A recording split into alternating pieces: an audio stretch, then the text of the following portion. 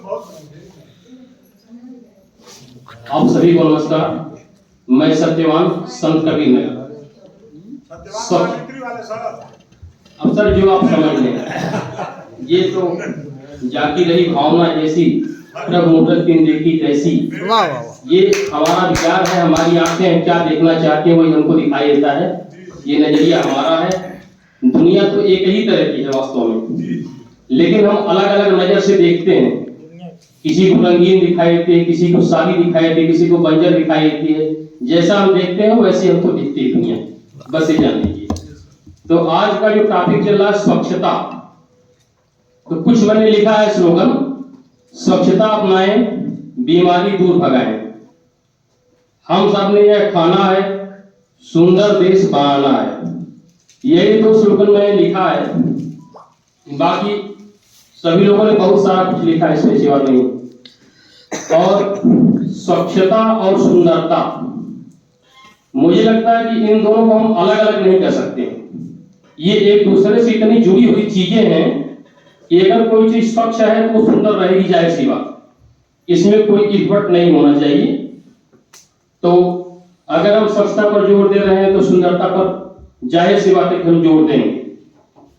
और कल से ही चर्चा हो रही है ये गृह शिल्प, गृह विज्ञान कि ये कुछ लोगों ने, क्या बल्कि ये कहा जाए कि मतलब बहुत पहले से जेंडर बायसिंग की बातें होती रही, तमाम सारी परिचर्चा हुई, तमाम सारी ट्रेनिंग हुई इस पर कि बालक बालिका सबको एक समझा जाए, लेकिन ये अभी तक धरातल पर उतर नहीं पाया। सुधार तो हुआ है कुछ हद तक, ऐसी बात नहीं है, काफी हद तक सुधार हुआ है और महिलाएं हर क्षेत्र में काफी आगे बढ़ी हैं।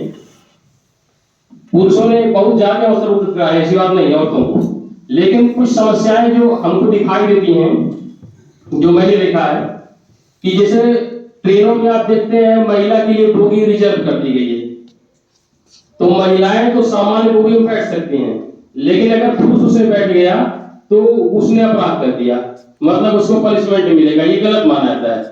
जबकि महिलाओं को छूट है कि महिलाएं कुछ भी कर सकती है, कोई दिक्कत नहीं, लेकिन पुरुषों मतलब ये है कि कंडीशन ये आ गई कि पुरुष बेचारे वाली कंडीशन में आ गया। मेरे समझ से आजकल महिलाएं इतना आगे बढ़ गई कि हम हाँ मैं सुंदरता को मैं कविता करना चाह रहा हूँ, ठीक है ना, इसीलिए मैं थोड़ी सी भूमिका बना रहा हूँ और इसको अनदेखा नहीं लेंगे, बस थोड़ा सा हास्य करेंगे है, थोड़ा हंसा देंगे और कुछ उद्देश्य नहीं है। और अगर आप चाहेंगे तो एक संदेश भी मिलेगा उसमें संदेश भी है, हास्य भी है, व्यंग्य भी है, सब स्वागत है। छोटी सी कविता है और आप लोगों से रिक्वेस्ट है कि आप थोड़ा ध्यान देंगे उस पर, क्योंकि ये गाना तो है नहीं कि उसमें कोई स्वर होगा, लय होगा, ऐसा कुछ नहीं, शब्दों को सुनना है और मैं कोशिश करता हूं कि आप लोगों को अच्छा लगे।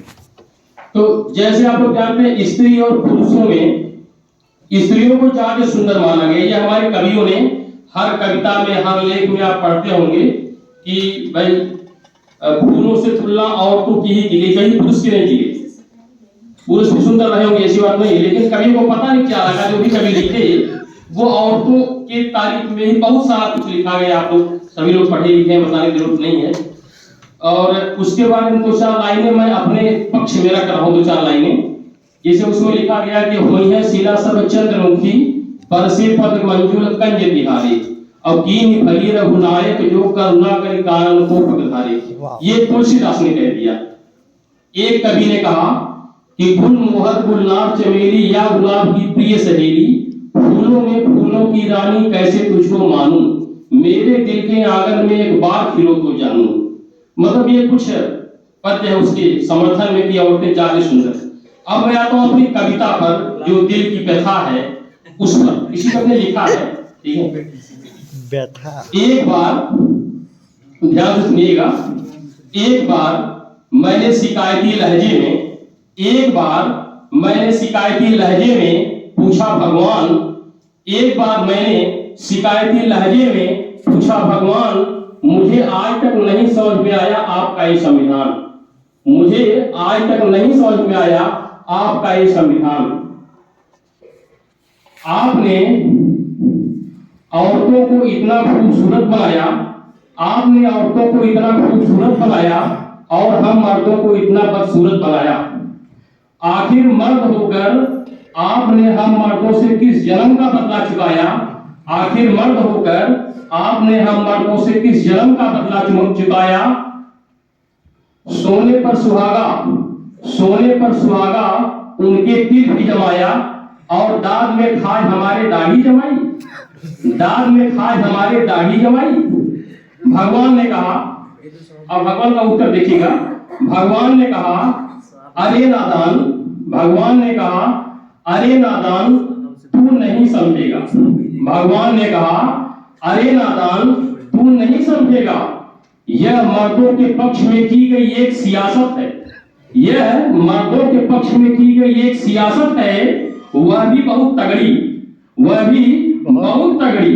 सोच कर बता कि क्या तेरी दाढ़ी कभी तुझे गड़ी, सोच कर बता कि क्या तेरी दाढ़ी कभी तुझे गड़ी।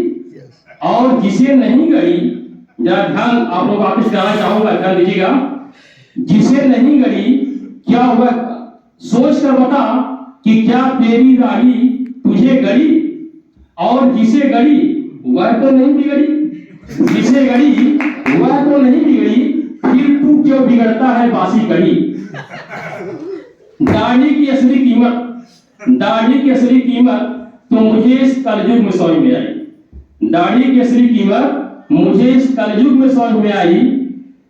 कसकसी करके दंगे भड़का सकते हो, कसकसी करके दंगे भड़का सकते हो, दाढ़ी को जटाधारी करके धर्म को खतरे में बता सकते हो, दाढ़ी में कंघी करके वाहेगुरु सत श्री अकाल के नारे लगा सकते हो।